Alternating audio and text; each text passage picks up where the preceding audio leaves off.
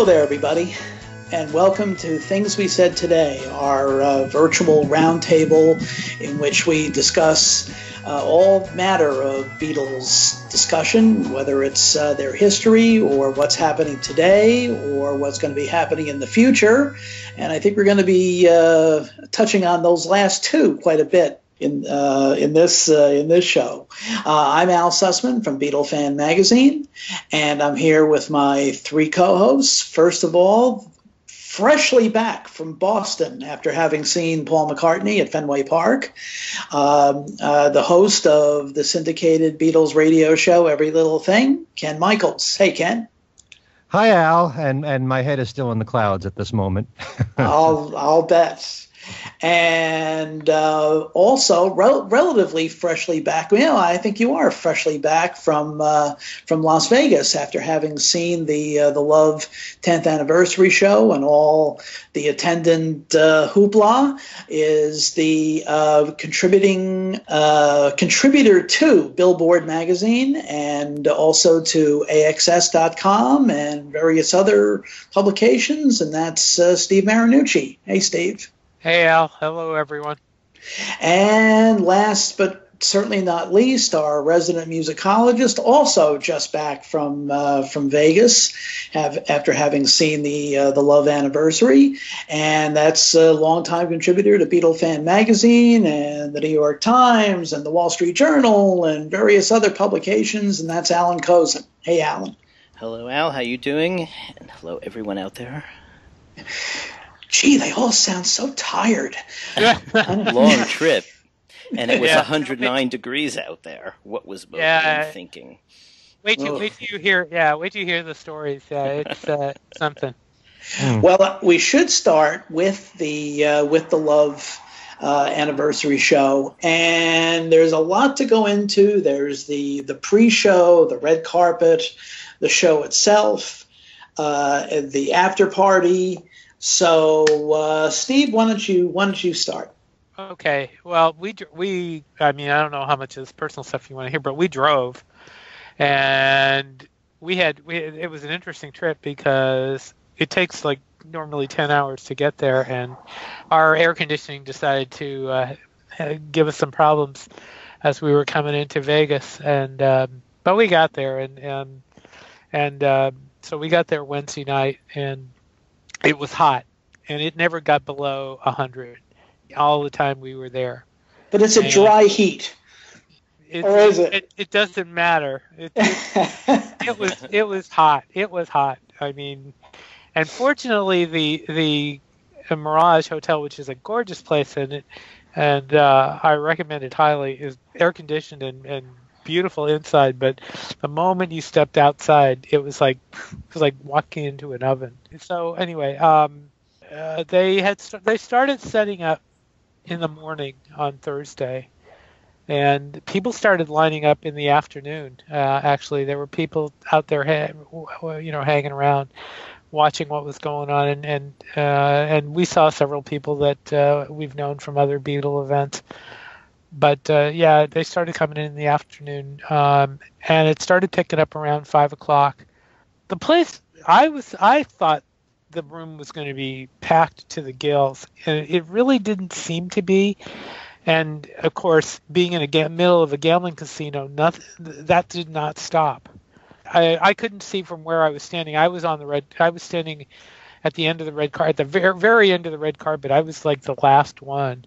And I couldn't see around the corner, but it started late, and as people were coming, you could hear people cheering.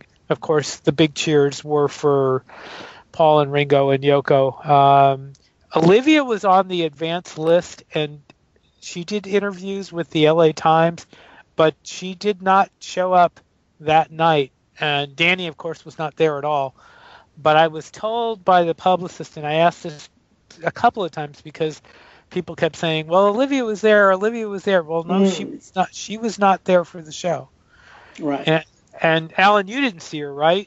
I didn't. I mean, I'd heard that she was ill, actually, subsequently. Right. Yeah, that's what the publicist told me, that she used the words unwell. And so that was the word I heard too, that Olivia was not there. Although I did see a picture of her from the day before, and she looked fine, but something apparently happened, between then and Thursday. But anyway, she was not there. Danny was not there, but Yoko and Sean were there. Yoko, I have not seen Yoko that close before. Of course, anybody who has knows that she is not very tall, but she was walking very slowly. That's what we were just talking about that, and it seems like the years are starting to finally catch up with her. I don't know, and she also did not talk very loudly. I talked to somebody who actually interviewed her, and she talked in a whisper. So she was very. She looked her age. I don't want to use that. I hate to use that term, but she definitely looked older. I've seen her in concert, and she's been, when she's been very active, but she was not very, very quickly or very well. The fact that she didn't go up on stage, I think that's also kind of revealing. She did stand up and give peace signs a couple of times, because I could see her from my seat, and she did do that. You're right. She did not go down to the stage, but Paul and Ringo were there. Ringo came first with Barbara and Joe Walsh and his wife, and the four of them were in a group together. And Ringo, of course, is flashing the peace sign. He did talk a little bit. I tried to talk to him, and there was so much noise on that red carpet from people screaming and yelling that it was really hard to hear. And so he didn't say anything to me. And then Paul came last. He and Nancy posed once in the middle and then walked through. And they did not stop to talk to anybody. So, and of course, when Paul started coming, you knew. The whole place erupted in screams. Everybody was yelling. Everybody was screaming. It was like it should have been.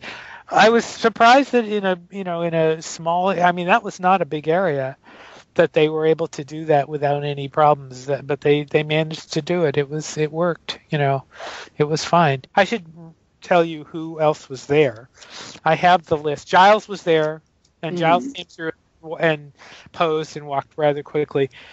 Dominique Champagne, who was the writer director and created Love, was there, and there were a lot of, should I say, B and D list celebrities. Ron Howard was there too, but there were a lot of Ron Howard is A list. A list, okay, but I at least right now. But there were always. There were a lot of people that I had to, as they were coming through, they did not introduce them, and I did not know who they were. I'm going, who are these people? And I'm not a Hollywood gossip person, so it was kind of funny. I'll read some of these names. Mia Sorvino is somebody whose name I do recognize. Sure. Josh Hutcherson, Nappy Tabs, David Merkin from The Simpsons. Kevin Dillon was there. In fact, he stopped and talked for several minutes right in front of where I was standing. Christopher Backus, Aubrey Anderson Emmons from Modern Family, Dot Jones, Christoph St. John, Chris Harrison, Mark Foster of Foster the People, Daniel Platzman, Chris Holmes, Ben McKee, Nastia Liukin, I hope I pronounced that right, Olympics athlete, and Arlene Phillips, who I believe I did see. And then Kevin Nealon showed up, and that was not expected. He was not on the advanced list. But that was about it. There weren't that many people that came through. It started late and it ended late, and the show is very much punctual. And if you go in late, you have to wait. They don't let you go in, but they let everybody go in, and they started the show late. Go ahead. All right, now, while you were out there at the red carpet, inside, Mr. Cozen was in there and was hearing some very interesting stuff. Yeah, I sort of knew that. I think probably a lot of people knew that the pre-show was going to be unusual mixes of catalog stuff. Wasn't sure what the nature of them was going to be. It turned out that basically what they were instrumental backing tracks without the vocals of an awful lot of stuff. I made a list of some of them. Got to Get You Into My Life was playing when I walked in, which was pretty much as soon as the doors open. Then Girl and Your Bird Can Sing, with a little help from my friends. I mean, those two aren't such a big deal because you've been able to sort of get those from, you know, either Rock Band or the Pepper things that have leaked out. Everybody's got something to hide except for me and my monkey. You don't hear the instrumental track of that so much. Penny Lane, the instrumental track of that is really beautiful because you hear the oboe lines and things going on in a way that you don't really hear when the vocal's there because you're focusing on the vocal. And I think they mixed the oboe line up a bit too. And they left the trumpet outro, which was, I thought, a nice touch. Sun King, and I love her, absolutely gorgeous as an instrumental, as you can imagine. I'm Only Sleeping with a count in. You Never Give Me Your Money, Sun King, Mean Mr. Mustard. Let's see if I have any others elsewhere in the book here. Taking sloppy notes, and and also accidentally recorded a bunch of it until it began until you know, so many people were coming in, and you know, they're sort of talking, and so there's no point, you know, you sort of can't hear it anymore. And I'm thinking, well, I mean, wait a minute, people don't quite understand that they're hearing mixes that they cannot otherwise hear, and they're just having conversations. Oh yeah, Taxman, I'm Looking Through You, Dear Prudence, Good Morning, Good Morning. How long did that? I mean, because we came in just before it started. I mean, because the red carpet thing ended very quickly, and then they started telling people to go in, and then all of a sudden out in the lobby they said, we're going to start in 10 minutes. Yep. How long were you sitting in there? From about 7:30 when the doors opened, so I would say close to maybe 40 minutes. Wow. Yeah, so that was a lot of fun, and yeah. And all those takes, Alan, all those takes were the release versions, right? Just without the vocals. Yeah, there were no alternate takes. Right. I mean, in one case there was a count in, which isn't, you know, like released, and then there was the trumpet ending. But yeah, they were the standard takes, just mixed without the vocals, and really just sounded gorgeous. I mean, I sort of was wishing that, you know, nobody else would come in so I could just keep listening to these things. Did the Penny Lane that you heard, was it a lot like the anthology version? Because that one you could hear, I'm not sure if I'm pronouncing it right, the cor anglais. Yeah. You know, that part, did you hear that mixed in? Was that boosted up in the mix? Yeah. But it was more like, otherwise it was more like the released version, just without the vocals, and you know, and I don't know, maybe the keyboards were down a bit too, because I don't remember that being that present. But yeah, so that was a lot of fun. And then, you know, by I'd say about 8:15, it was supposed to start at 8. So between 8:10 and 8:15, they're still sort of playing. They had cycled back to Got to Get You Into My Life again, and some of the characters began walking out, sort of more or less into the audience. And like in front of us, there was a sort of a guy with the guy with the big tea kettle, you know, and the steam coming out of it, and cup, and various other characters, other places in the room. Where we were sitting was right opposite where Paul and Ringo and their wives and Yoko and everybody were. And so consequently, the show is in the round.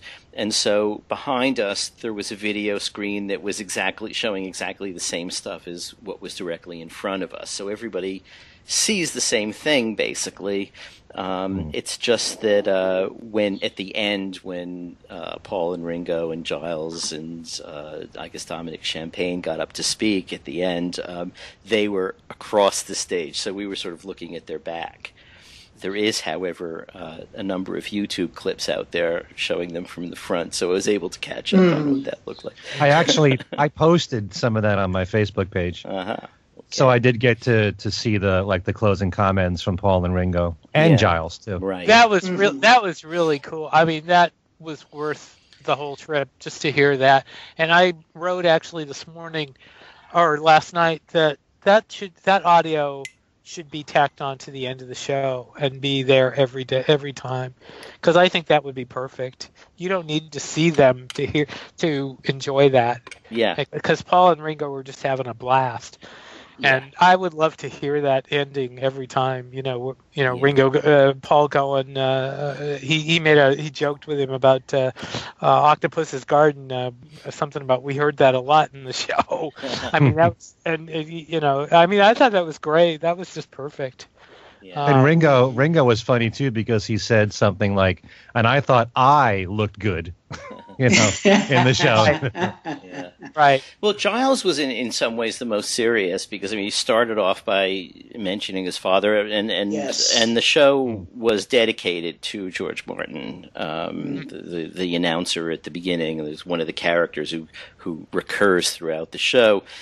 He came out and made, welcomed everyone, made an announcement, and also and welcomed Paul and Ringo and Yoko and Olivia, even though she wasn't there, and said that the show was dedicated to Sir George Martin. And then Giles came out and said that he lost his father this year and he misses him, and didn't wait for applause or anything, just went right into, and John's not here and George isn't here, and he's looking at Paul and Ringo and says, but it's because of you the music lives on. And but he also noted that, this was the day that a psychopathic nihilistic lunatic went driving through a crowd in Nice, and he just alluded to it, saying something really terrible happened in the world tonight, but it's great to know that there is still this music in the world that is not going to harm you and make, and it's about peace and love, and, and there was that. So, none of those things were sort of dwelt upon, but they were all touched upon, and I think that was about right. So, and then, Now, the show itself, especially for people like me who have never seen it, or people like Ken, you said you've seen it once. Yeah, it was almost 10 years ago. I think it might have been 2007. So how is the show different now from where it's been the last decade? Well, Steve has seen it before. I haven't. So I know what some of the changes were, but if Steve has specific memories, maybe we should go with him. Okay, well, Steve? Most of what they didn't provide, unfortunately, they did not provide us with a list, and I honestly... It has been a long time since I've seen it, so I didn't have everything marked down. But the things I noticed were the effects, with the "While My Guitar Gently Weeps," which of course everybody's seen in the video. And what was the other song where they were dancing on the drops with the? Was that? Well, there was a lot of that. Yeah, with "While My Guitar Gently Weeps," you've probably seen the pictures, and there's still video online of the old version, which is similar in a way, where the woman who's the main character in it is sort of trying to almost try to get in contact with a guy, but he's in the old one is kind of like a not a mannequin. He's like made out of flowers or cloth things or something. It's like a rope person almost. And now what it is he's an illusion. He's totally projected, which makes it a little more magical in a way. Before it was kind of stagey magic, and now it was sort of high-tech magic. The technology is supposed to be one of the biggest differences. They're projecting things on and from the stage, which I don't think they were able to do before. A lot of things are the same as we've seen, for instance, like Help was the roller coaster one, roller skate one, where there, for with all the effects, with all the near crashes and all that stuff. Yeah, really pretty stunning. And, at certain points in it, you see the four skaters sort of all on the top of one of these sort of mountain-like things that they skate up. And, and the impression is that, like, okay, these are sort of the Beatles, at a kind of peak. See, a lot of this is interesting. One of the complaints I had always heard about the show was that it didn't have much of a plot, but now it definitely has kind of a plot. I mean, it begins in it has a.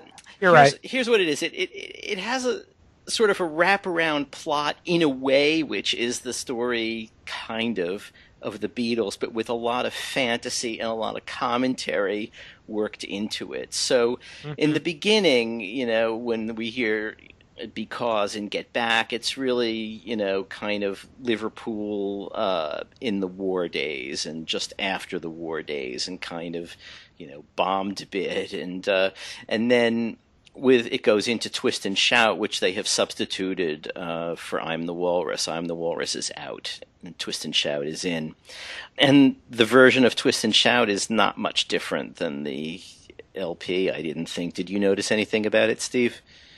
No, I didn't. It seemed like the standard studio track, really, not much in the way of mashups. But that's supposed to be, the birth of rock and roll from which the Beatles emerge and all that. But then it goes on to, the sort of spacey fantasy aspects, like While My Guitar Gently Weeps, which everyone has seen, and you see the Sergeant Pepper walking through it every now and then, and the Yellow Submarine imagery, and Volkswagen Beetle imagery turns up a lot. There are a couple of different ones.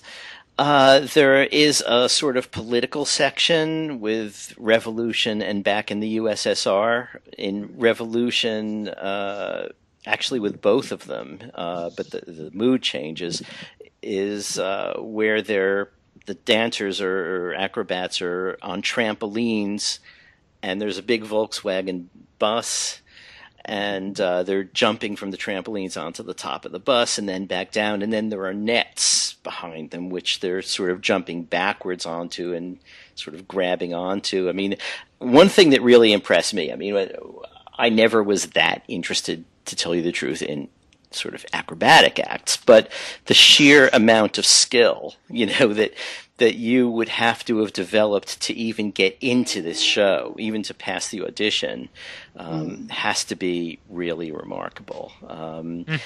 And a lot of the dancing, I guess the difference between them being acrobats and dancers is that a lot of it's taking place suspended in the air and on trapezes, but this was classical ballet from my point of view, an awful lot of it, and up in, somewhat more dangerous conditions than ballet dancers normally have to do. Right. Wow. So, and so for a lot of the songs like Yesterday and Something, these are sort of relationship things, a little bit like While My Guitar Gently Weeps. There's a lot about sort of reaching for some sort of a relationship that's just beyond your grasp.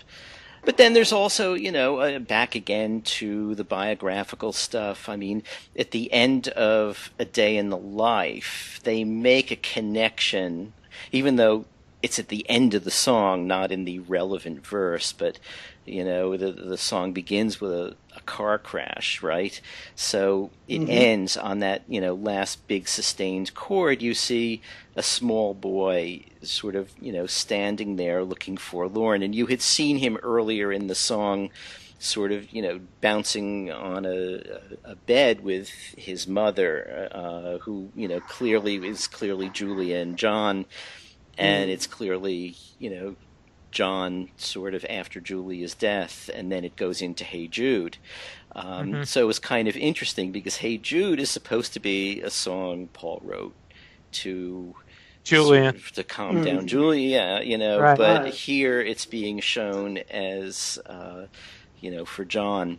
So I thought it was, obviously a lot of creative liberties are taken. I don't think anyone's going to get upset about the fact that here it's John instead of Julian. But well, matter of fact, actually, John even said in one of the last interviews that he felt that Paul actually had written "Hey Jude" for him. Mm-hmm. Mm-hmm.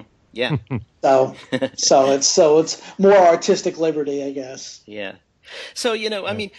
And then I'll turn this over to Steve because I've been talking for a while. But I didn't go in 2006, and I didn't go sort of as a matter of principle. My feeling was that the Beatles had more important things to do than a site-specific show in Las Vegas with acrobats.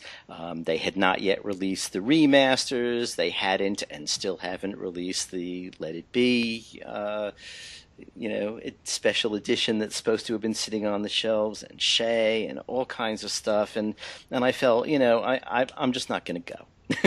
But I did hear the music. I think I might have said last week, Giles Martin came to New York and played me it on a hard drive, and it just knocked me out because, you're not hearing it from a CD, you're not hearing it with any compression. This is just the hard drive with his copies of the masters, and it just sounded incredible.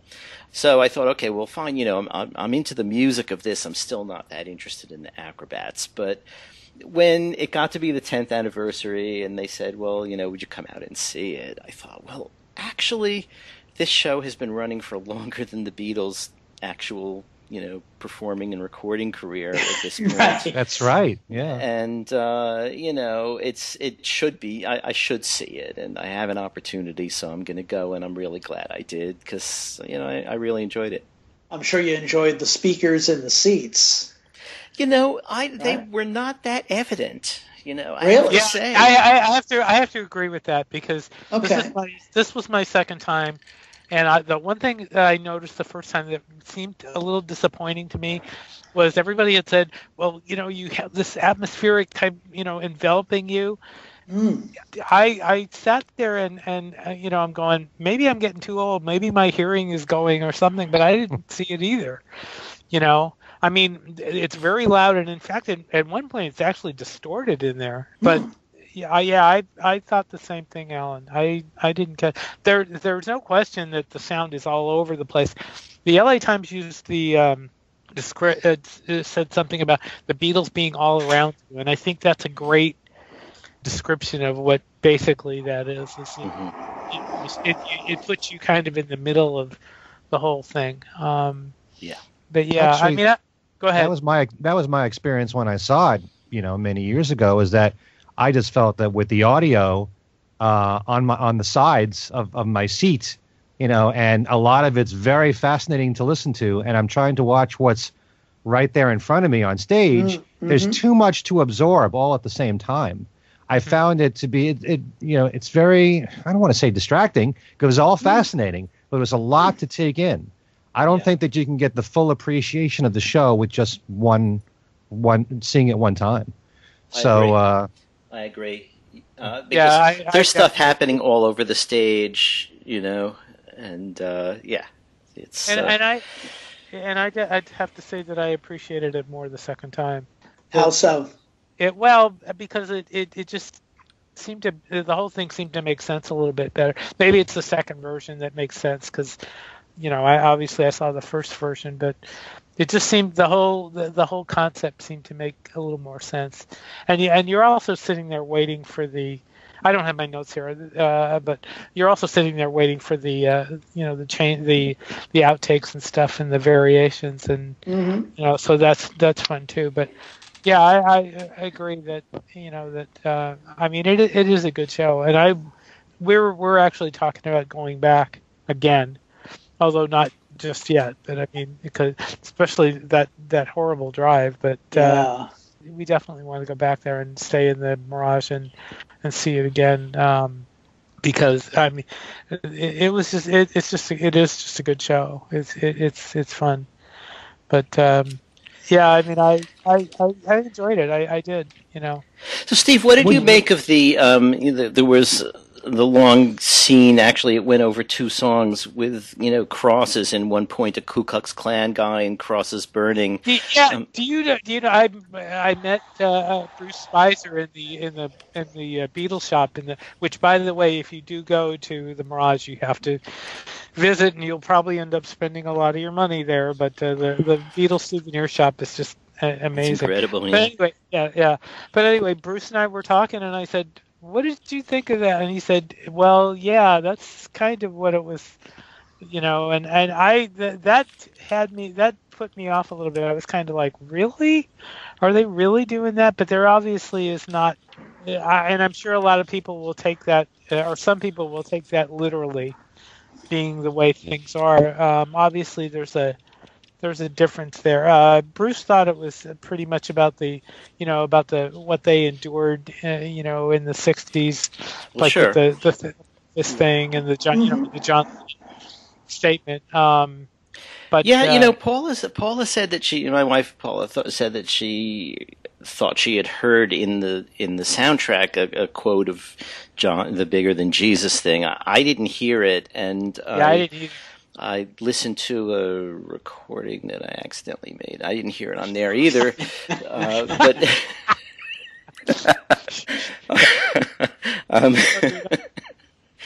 But well, for research, I had to be able to, revisit. Yeah, I know. Yeah, but I mean, it seemed clearly a reference to the 1966, tour. I mean, maybe it simply suggested itself to her, and but yeah. Also, I guess one of the questions I had always had was, okay, what's the difference between the album and what's in the show? Yes. And so, apart from things like Twist and Shout, which aren't on the album, there are sections where there is a lot of studio chatter. Mm-hmm. And that was in the show the first time. I remember that. Yeah. Mm-hmm. There was one section, and I left my notes in the other room. There was one section with a whole bunch of talking at the beginning of the song that I had not. Well, at the beginning, for one, they opened the show with some talking that kind of moved all around you, which was actually kind of cool. Yeah. There was one section, and I can't remember which one it was, that had that too. By the way, did you notice the difference in the sound? How good Strawberry Fields Forever sounded? Yeah. It was like being in a theater with 5.1 sound. I mean, well, it was just all around you. It was amazing. Yeah. That was amazing. Yeah, Strawberry Fields also, I mean, I don't know if the original show, you or Ken might remember, began the way the record begins, which is with the demos and goes through a few demos and then the acoustic one at Abbey Road and then into the song. Here, it just started as the finished song. I mean, at the end, there were all kinds of mashups going on. There was Hello Goodbye and, lots of other things, Piggies, all that, But the beginning, it just started right in as Strawberry Fields. So I don't recall there being the demo and the earlier take. You do? I do. Recall that. I do. I seem to, yeah. Okay. But I don't. I'm just. What was here instead was a bunch of studio chatter, and I don't know if this is different, where they had false starts and jokey starts of Lady Madonna, Let It Be. Paul starts Hey Jude, and John says, I don't want to hear that now. So I don't know. Was that in the old show? Or was that... I think it was. I think it was some of that. Yeah. So that was. I know there was a lot of chatter, but I don't remember those exact words. But yeah. Now, of course, with events like this, there's always an after party. So maybe you can give us kind of a quick wrap up of that. Let me say one quick thing before we get into the party. Is getting back to the Beatles shop, they issued it started selling online in the shop the day of the show. They issued a 10th anniversary Love program supplement that they were selling. You could actually buy them. I think you could buy them separately, but I bought it together, and it's not nearly as big as it's about a third, maybe as big as the original, and it has quotes from everybody in it, from Yoko, from Giles, Ringo, from Olivia, and pictures from the show. So there is that for those of you that go. And like I said, you can buy a bundle. You can buy just the 2 programs. I believe you can buy the CD and the DVD also with the programs. They did not have the DVD being all together now, the film. They do not have, and nobody, and it's not, and you can get it on Amazon used, but it's not apparently available separately, is the original CD DVD combination that came out when the album came out. So apparently that's out of print. Well, that would have been probably the only thing in existence in the Beatles catalog that they didn't have in that store. And we're talking about group stuff. The only solo stuff there was I saw New, and I saw one of Ringo's albums. Did you? Yeah, there was one. I did. You know, it was funny. I kept listening to the. They're playing Beatle music all through the hotel almost continually. Yeah. And I heard several tracks from New, but I didn't hear any Ringo solo stuff at all.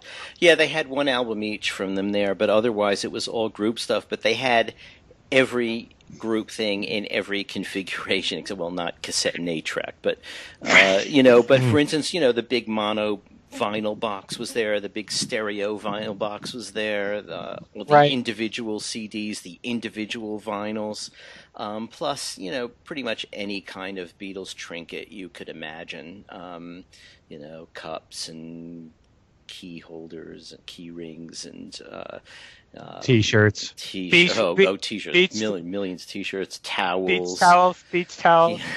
It was actually, though, a lot of fun walking through that place. I mean, the CDs, it's not like there was any danger of my actually having to buy any of those because I have everything that they had. But, they were like $19, the CDs and the vinyl. And I'm thinking, who actually pays $19 for a CD these days? Really. Somebody told me they had and I didn't check the price, the Yellow Submarine Hot Wheels that were selling at Walmart for $1. They had them for $8 a piece. Yeah, I can believe it.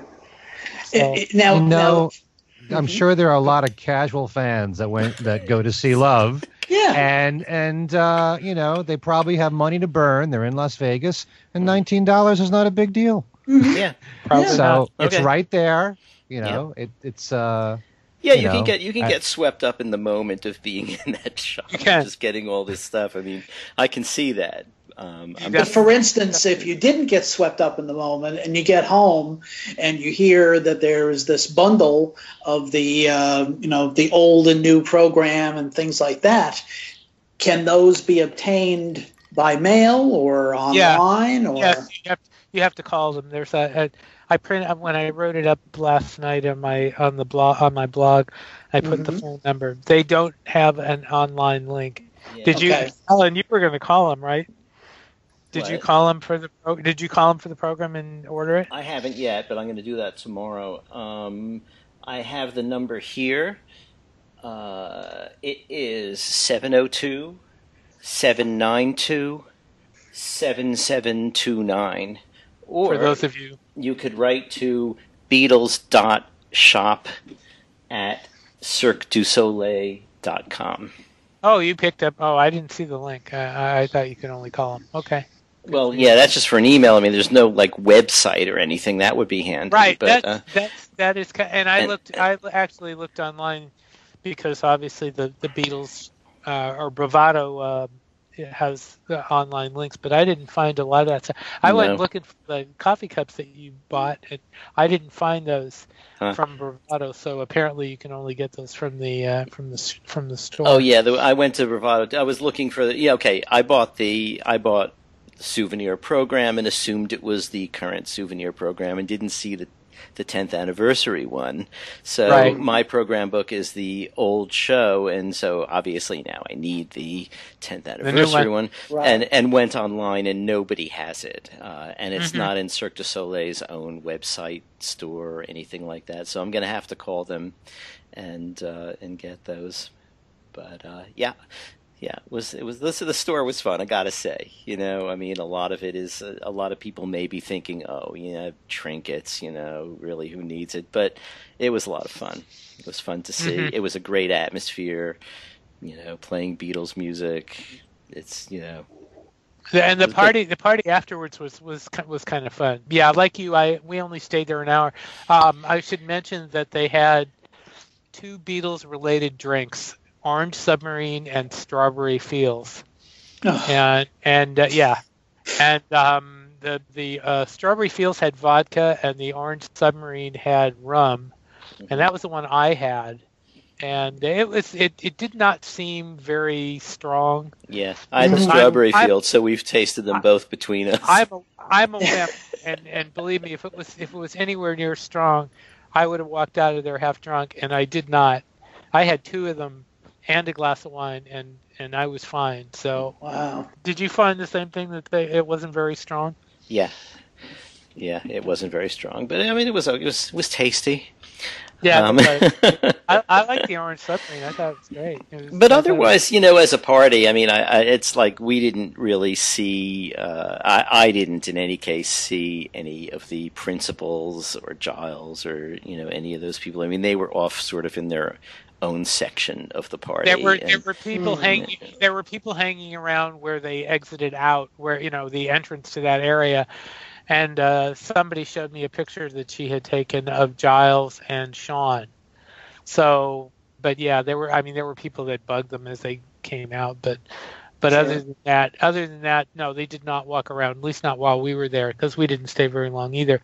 The food itself was, because we were starved. We hadn't eaten, and they did have was it ribs? I think they had, they had sandwiches. That's what it was. Little sliders that we were able to that we found, but those were few and far between. It was mostly, bread and hummus and stuff like that. But it sounds like it was an outstanding experience for both of you. And before we turn to Ken for a review of last night's concert, I kind of feel like there was Johnny Carson used to do a bit where on the Tonight Show where he would hear what Ed and Doc had been doing, all the shows that Doc had been doing, and Ed doing Star Search and all of the other things that he was doing, and Ed would ask, Johnny, what did you do? And he would say something like, I went over to Bert Convey's house and he rotated my tires.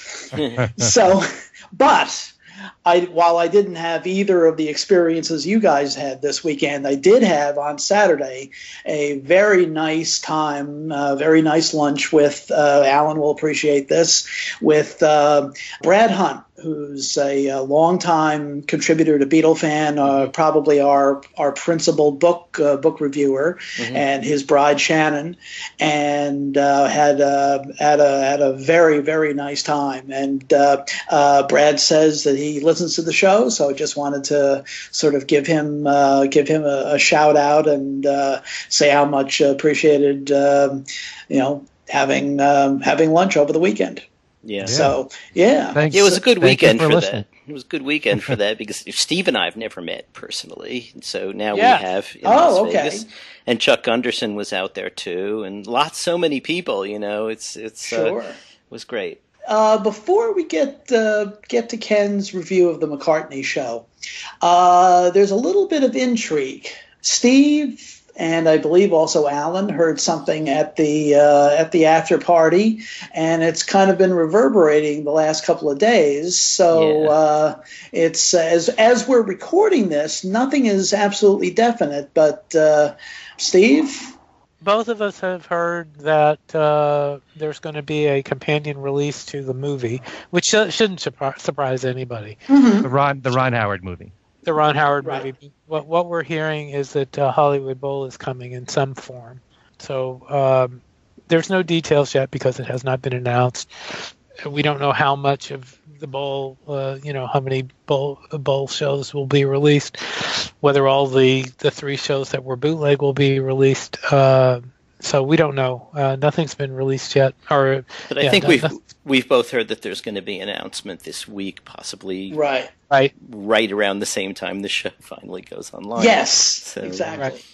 Yeah. Yes, it was interesting with all these Apple people hanging out there, and Ron Howard was out there, and so all this stuff is sort of swirling around unattributed, and yeah. So we don't even know if it's strictly audio or video as well, or anything of that nature. What I've heard only is about audio. Yeah, same here. Okay. Yeah. Same here. Okay. Interesting.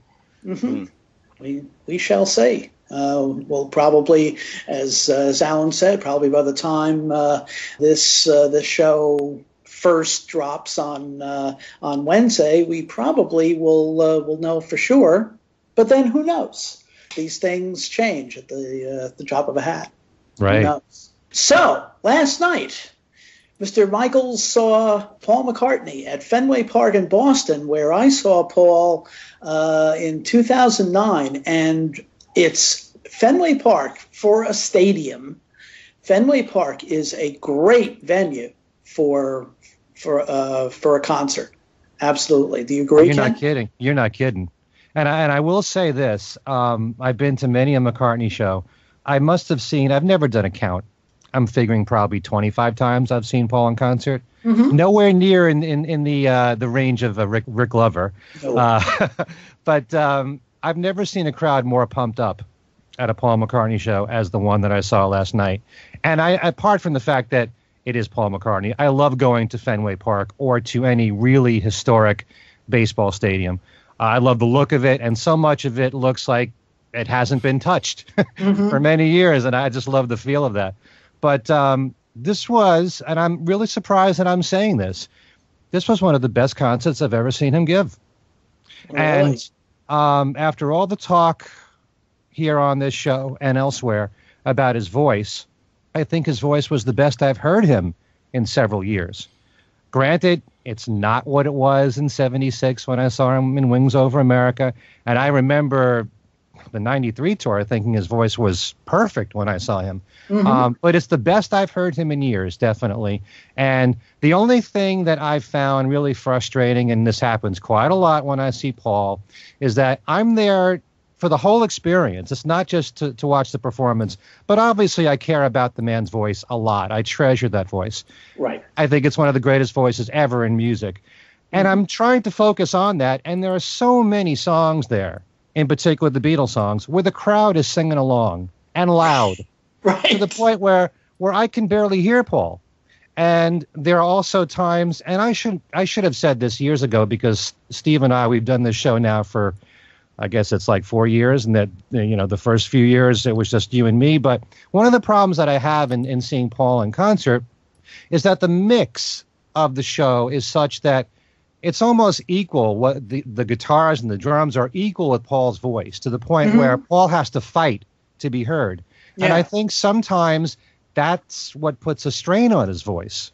Granted, this is his show. He has the final say. He should be in control of all this. But I think that might be part of the problem why his voice has deteriorated, a bit in the last several years.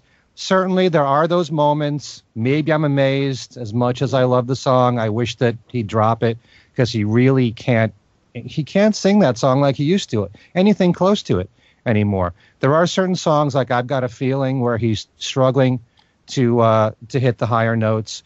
But for the most part, he was fine. I mean, he wasn't any worse than I've heard him the last several years. And the one moment that really impressed me the most, when I could just focus on the voice, there are two songs he does in a row where it's just him and an acoustic guitar and nothing else. And that's Blackbird and then Here Today. Right. When he did Blackbird, it was the best I've heard him ever sing it in a long time, with no flaws, no strain in his voice, nothing. It was perfect. And then he did Here Today. And with the exception of one note, a higher note, which he didn't hold on to, he didn't strain at all. I mean, it was the best performance I've probably heard him do of Here Today. So when you can just focus on the voice when you just have him and an acoustic guitar, that's when you can tell, in the show that his voice is still good. I was so impressed overall with the set list, and I'm shocked. I really am shocked that I'm saying this because I'm so spoiled seeing Paul so many times, and I want to see a lot of changes in the set list. Right. And from the very moment that we knew about the start of this tour, we knew of only 2 songs that he added that he's never done in his solo career, A Hard Day's Night and Love Me Do. Right. And to me, that's not enough to keep it interesting. But he did a lot of songs that he hasn't done for a long time, and his voice was in great shape. I especially loved In Spite of All the Danger, which sounded fantastic with the band. I did too. I thought that was fantastic. What did you think of the black and white with My Valentine? It was nice. It was nice. Beautiful? And this crowd was very respectful. It's not like, we talk about the crowd leaving when there's a solo song. They were leaving whether it was Beatles or solo. I didn't really see that big a difference. I observe all this stuff. And apart from that, one of the biggest surprises of all, he's at the piano and he's doodling a little bit. And he's doing what I thought was his usual introduction to The Long and Winding Road, because he always plays something before he launches into it. And instead, he does Here, There, and Everywhere. Yeah, he's at been the piano. He's been doing that because somebody else mentioned that to me about another show. So that's been kind of a thing that he's been working that in every show. Nice. I knew he was doing the song, but I didn't know he was playing the piano to it. Because in the past, whenever he's done Here, There, and Everywhere, it's on acoustic guitar. Right. Like on Unplugged, and I guess the 2002 back in the U.S. tour, it was acoustic guitar. It's kind of ironic. He plays Here, There, and Everywhere on the piano, and then he does You Won't See Me, which was a real treat for me because I know I can watch the videos on YouTube of him doing the song, but I've never been in the venue when he's done You Won't See Me, and he's playing on acoustic guitar, and I'm used to thinking piano, but You Won't See Me. Right. So he's switching the instruments there. And his voice was fine for that. I just think that he really controlled his voice very well throughout the whole show. Let's face it, I care tons about that man's voice. And I was really surprised. Now, keep in mind, this is one isolated show here. I can't speak for the whole tour. But from where I was sitting, I thought it was the best that he sounded in several years. And I think that even though you only have those 2 new additions, there were enough changes to keep it interesting. Well, that's ironic because we were talking about this on the road yesterday. There's a story in the Daily Mail that complaining about his voice and using, of course, anonymous sources, which I can't stand. And I mean, it's basically just a British tabloid slag piece, but it was basically saying his voice is shot, and so and there were people defending, because I posted it on my Facebook page, and there were people defending the story, and also defending him. So there were, it was a kind of like a battle, Well, but no, I'm glad you said that because it's worth saying. And we've talked about this before. I mean, we've done this. We've gone through this on the show before.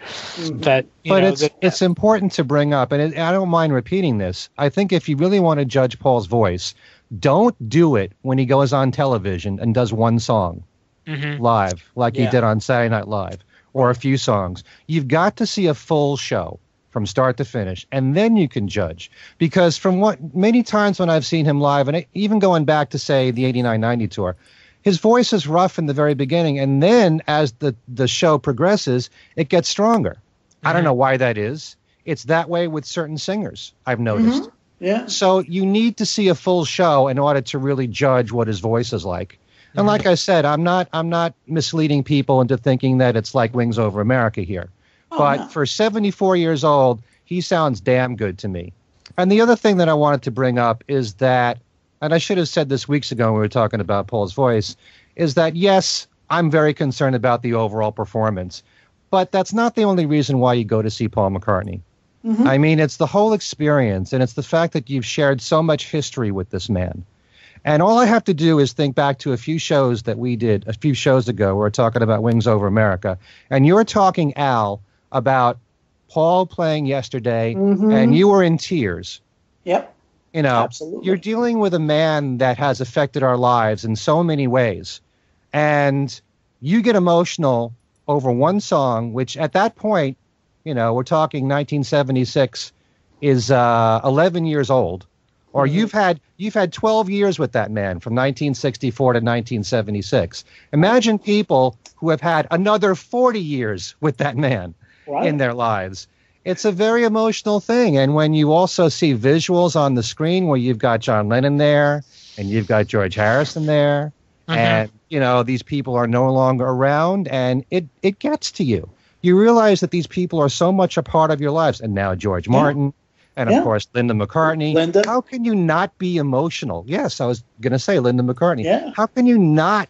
It's not just the performance. It's the fact that this is someone that we've shared history with that's been like family to us. So, you know, you can concentrate all you want about the voice, and I'm not denying that that's a big part of why I go. But there's so much more to it than that. I mean, imagine all the people. It's not like everyone who was exposed to Paul for the first time was with the Beatles. You could have gotten into Paul first from Wings, from the 80s on up, for whatever the reason. But when you have that much history, when you've shared so much of your life with this man who's been on the radio, on your, you know, on your stereo for so long, on your computer, how can it not get to you that, you know, this is someone who's so important to us?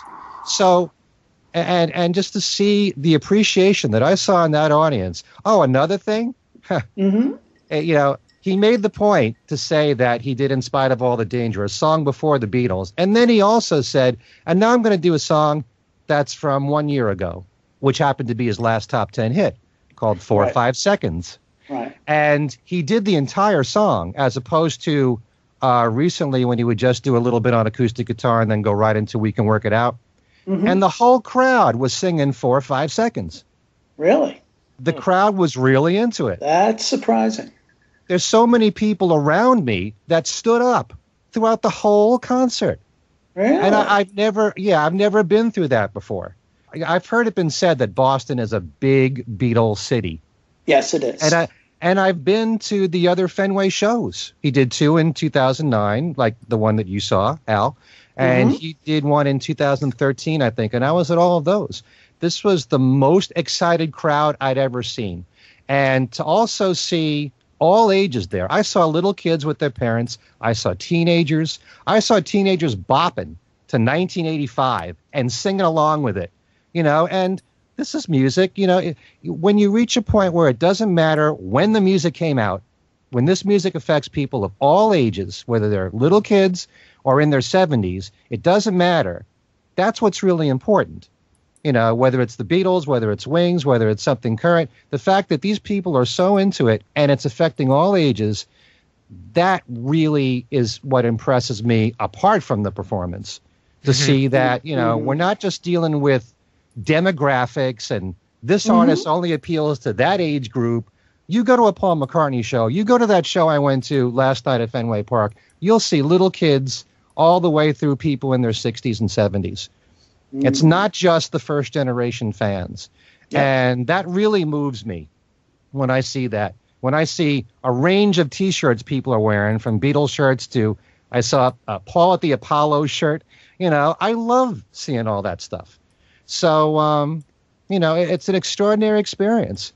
You know, and just to see that this man is so appreciated and so loved. And they pulled this stunt in the audience where they had this one section all across the stadium where, depending on where you were sitting, you lifted up this sheet of paper and it read the words, "Welcome back, Paul." That's what that was all about. Because I heard about I saw a picture of the sign, but I didn't know what it was all about. Right. Another one of our regular listeners, Bob Ward of Fox 25 in Boston, actually confirmed much of what you said about the concert. Right. Yeah. And not only that, you guys heard about the surprises at the end of the show? Right. I'm surprised. Yeah, I was waiting for you to mention that. Who got the louder applause? That's what I'm curious about. Honestly, I think that Rob Gronkowski got the letter That's of applause. that's kind of what I figured. That's unfortunate. That's kind of what I figured. Since I'm not even a football fan, I didn't even know who he was. But the crowd went wild, and he was dancing and playing air guitar to Helter Skelter. But before he went on stage, Paul introduced Bob Weir. Right. Yeah. Paul and Bob Weir came up there, played guitar, and sang along to Hi, Hi, Hi. Mhm. How cool is that? Yeah. And then he stayed on stage for Helter Skelter. Yeah. Yeah. That's great. In fact, I saw a post that said the headline of which was "Paul is dead" with a capital D. Oh, God. I think Paul said on stage, "What is this? The Grateful Beatles?" No, did you really say that? Yeah. That's great. That's great. Yeah, that's cool.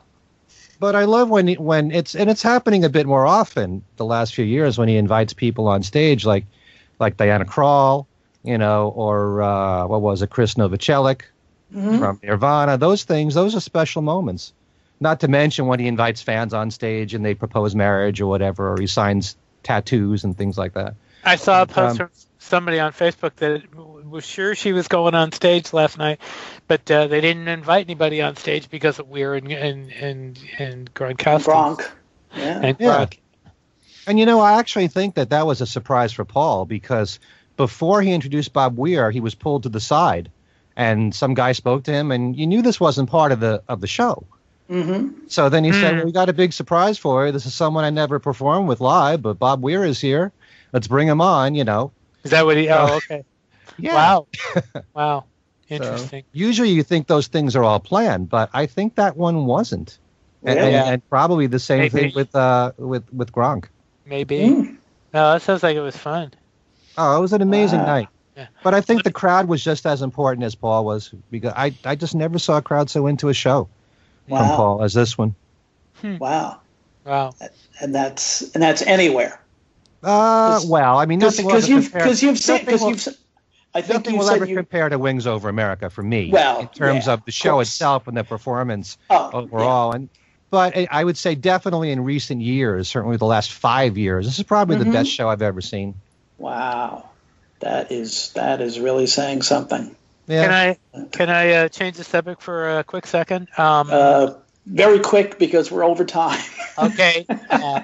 Live at the Hollywood Bowl is listed on Amazon.com for release on September 9th. Ooh. Yes, that's pretty soon. Yeah, that is pretty soon. It says it's only one disc. Well, that would be a week before the film drops, right? Yeah, I think so. Something like about a week. Yeah. Well, you could fit all 3 concerts on one disc. Not quite. Wait a minute. That would be tight. Okay. Yeah. Well, close to it. That's true. You couldn't. But so that means they're not going to. I mean, assuming that this is correct, because these listings have been known to change. Mm-hmm. But it does say September 9th, 2016, just one disc, and it does say Apple, so it's definitely. It says to be released September 9th. Pre-order now. So there we go. They are taking pre-orders, because sometimes when if it's like a kind of an iffy type of very premature listing, they aren't actually taking pre-orders, but they are taking pre-orders. Interesting. So we may again, like I said, probably by the time this airs on Wednesday, first airs on Wednesday, we'll probably know more about this. Probably will.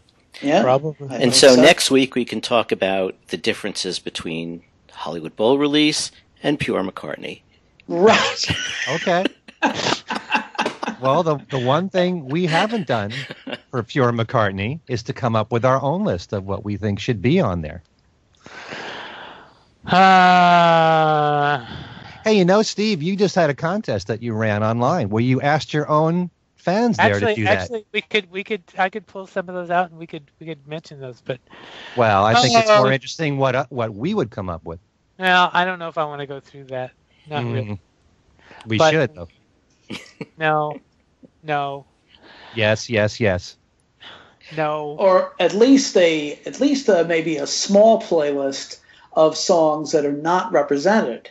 Maybe accepting Flowers in the Dirt, because since we now know why that's not represented on Pure McCartney, since from the man himself we know that it's going to be the next archive release. Perhaps we should finally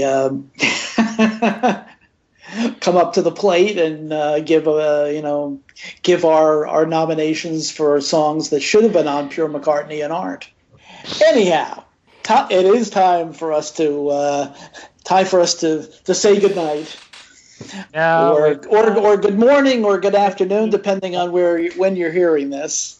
So anyway, Steve, how do people get in touch with us? People get in touch with us by writing to Things We Said Today radio show at gmail.com. We're also on Twitter at Things We Said Fab. We have a Facebook page. There's actually 2 Facebook pages. One's for Fab4 Radio, but one is for the show. You're welcome to join, and we'll get you in there, and you can talk about the show there. I mean, we love to hear from you. We download the show and take us to the gym with you. I've done that several times, and it's great. Me too. Believe me, even though I know what the show says, it's fun listening. It's a great thing to listen to out walking or on when you're exercising or whatever. So I recommend, and it's also healthy too. So there. Yes, indeed, gets the blood running. Gets the blood running, yeah. Especially when we, start getting a little crazy with the opinions. But whatever. This is true. And Ken, now that you're back from Boston, what do you have on your website coming up, and also coming up on Every Little Thing? Well, the usual rubbish, but it won't cost much. The Beatles Trivia and Games page. There's Beatles trivia every single week. You can win one of 9 prizes, including the Beatles 1, plus Pure McCartney, Steve's favorite release. Also Kid O'Toole's book, Songs We Were Singing. And just look right there on the Beatles Trivia and Games page, Every Little Thing. Maybe I should just put a plug in for this one website from Germany, which you can stream many of my syndicated Every Little Thing shows, which is globaltexanchronicles.com. And just click on where it says Ken Michaels. And many of my shows, my 1-hour shows, are there for you to listen to. So a lot of past shows and my newest ones, too. Okay, and also, great. if you want to email me, my email address is everylittlething at att.net. Okay. Mr. Cozen, how do people get in touch with you? I guess write to me through Facebook at either Allan Cozen or my alter ego, Allan Cozen Remixed, or through the Things We Said Today email. I check in on those pretty regularly and respond to them if they seem to require a response. So that would be the way. Okay. By the way, you can get to me at BeatlesExaminer@gmail.com. I may or may not change my email soon. I was just going to ask. But for now, it's BeatlesExaminer@gmail.com. Okay. And you can reach me on Facebook at Al Sussman or on Twitter at ASUSS49 or through Beatlefan Magazine, www.beatlefan.com or www.paradingpress.com for Changing Times, 101 Days That Shaped a Generation, especially for the 12-year-olds on the NPR Politics Podcast. And this has been, as always, we have, 2 topics that we figure will take up about half the show, and then we have to scramble from there, and instead we went overtime again, as always. So, but it was a great discussion. And for Ken Michaels and Steve Marinucci and Allan Cozen, this is Al Sussman. Thanks for listening, and we will see you next time.